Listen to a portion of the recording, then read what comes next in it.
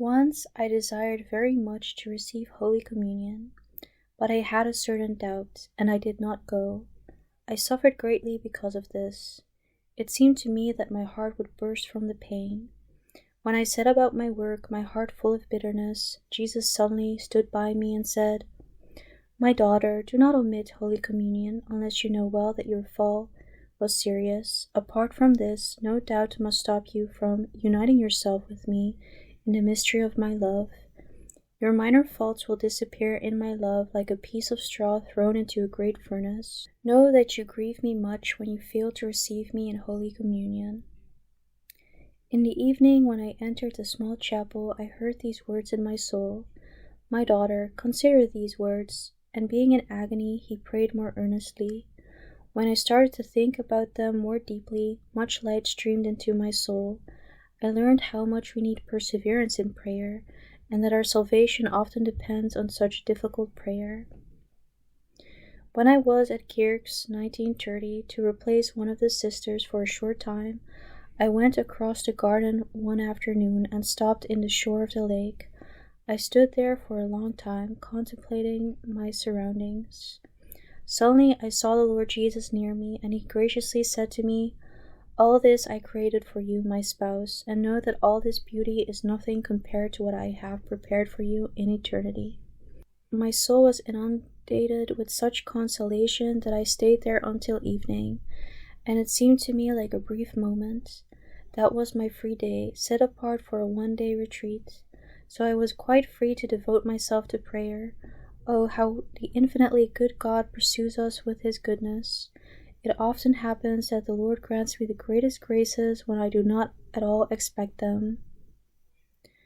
O blessed host, in golden chalice enclosed for me, that through the vast wilderness of exile I may pass, pure, immaculate, undefiled. Oh, grant that through the power of your love this might come to be. O blessed host, take up your dwelling within my soul, O thou my heart's purest love, with your brilliance the darkness dispel. Refuse not your grace to a humble heart, O blessed host, enchantment of all heaven. Though your beauty be veiled, and captured in a crumb of bread, strong faith tears away the veil. The Crusade Day, which is the 5th of the month, happened to fall on the first Friday of the month. This was my day for keeping watch before the Lord Jesus. It was my duty to make amends to the Lord for all offenses and acts of disrespect, and to pray that, on this day, no sacrilege be committed. This day my spirit was set aflame with special love for the Eucharist. It seemed to me that I was transformed into a blazing fire.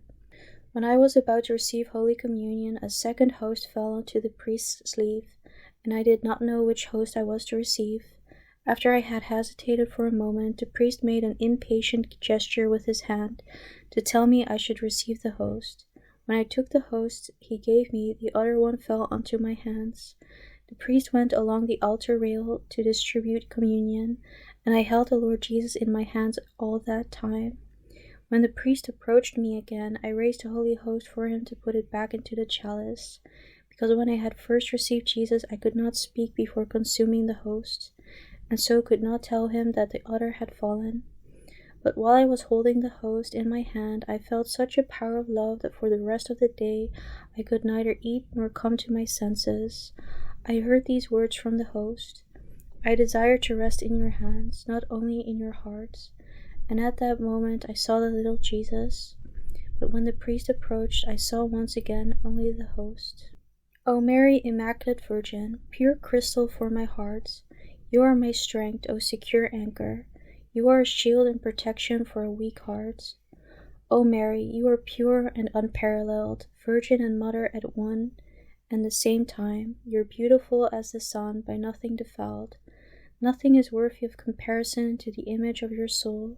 Your beauty enthralled the thrice Holy One's eye, that he came down from heaven, forsaking the eternal sea's throne, and assumed from your heart body and blood, hiding for 9 months in the Virgin's heart.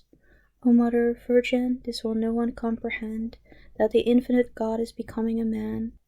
It's only love's and his inscrutable mercy's purpose. Through you, Mother, it's given us to live with him forever. O Mary, Virgin Mother and Heaven's Gate, Through you salvation came to us, every grace to us streams forth through your hands, and faithful imitation of you only will sanctify me. O Mother Virgin, most beautiful lily, your heart was for Jesus the first tabernacle on earth, and that because your humility was the deepest, wherefore you were raised above angel choirs and saints. O Mary, my sweet Mother, to you I turn over my soul, my body, and my poor heart. Be the safeguard of my soul, especially at death's hour in the final fight. JMJ, Jesus I trust in you, January 1st, 1937. Chart of eternal control of the soul. Particular examine, to be united with the merciful Christ. Practice. Inner silence, strict observance of silence. The conscience. January. God and the soul, silence. Victories 41, falls 4. Exclamatory prayer, but Jesus remained silent. February. God and the soul, silence. Victories 36, falls 3. Exclamatory prayer, Jesus, I trust in you. March. God and the soul, silence. Victories 51, falls 2. Exclamatory prayer, Jesus, enkindle my heart with love. April. God and the soul, silence. Victories 61, falls 4. Exclamatory prayer, with God I can do all things. May. God and the soul, silence. Victory 92, falls 3. Exclamatory prayer, in his name is my strength. June. God and the soul, silence. Victories 64, falls 1. Exclamatory prayer, all for Jesus.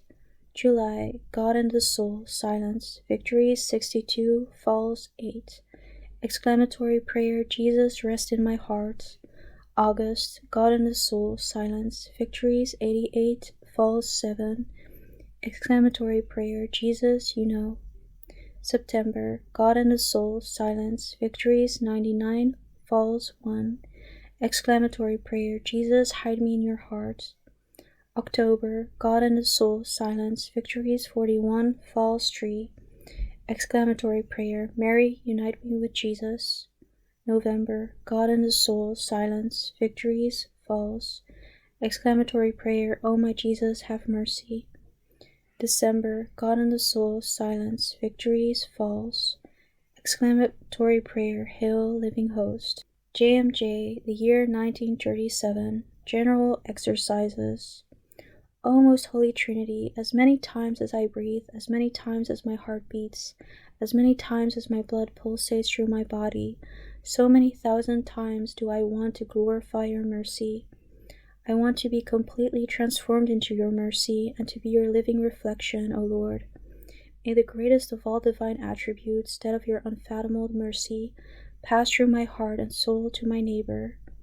Help me, O Lord, that my eyes may be merciful, so that I may never suspect or judge from appearances, but look for what is beautiful in my neighbor's souls and come to their rescue. Help me that my ears may be merciful, so that I may give heed to my neighbor's needs, and not be indifferent to their pains and moanings. Help me, O Lord, that my tongue may be merciful, so that I should never speak negatively of my neighbor, but have a word of comfort and forgiveness for all. Help me, O Lord, that my hands may be merciful and filled with good deeds, so that I may do only good to my neighbors, and take upon myself the more difficult and toilsome tasks. Help me that my feet may be merciful, so that I may hurry to assist my neighbor, overcoming my own fatigue and weariness. My true rest is in the service of my neighbor. Help me, O Lord, that my heart may be merciful, so that I myself may feel all the sufferings of my neighbor. I will refuse my heart to no one. I will be sincere even with those who I know will abuse my kindness, and I will lock myself up in the most merciful heart of Jesus.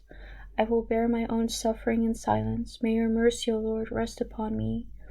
You yourself command me to exercise the 3 degrees of mercy.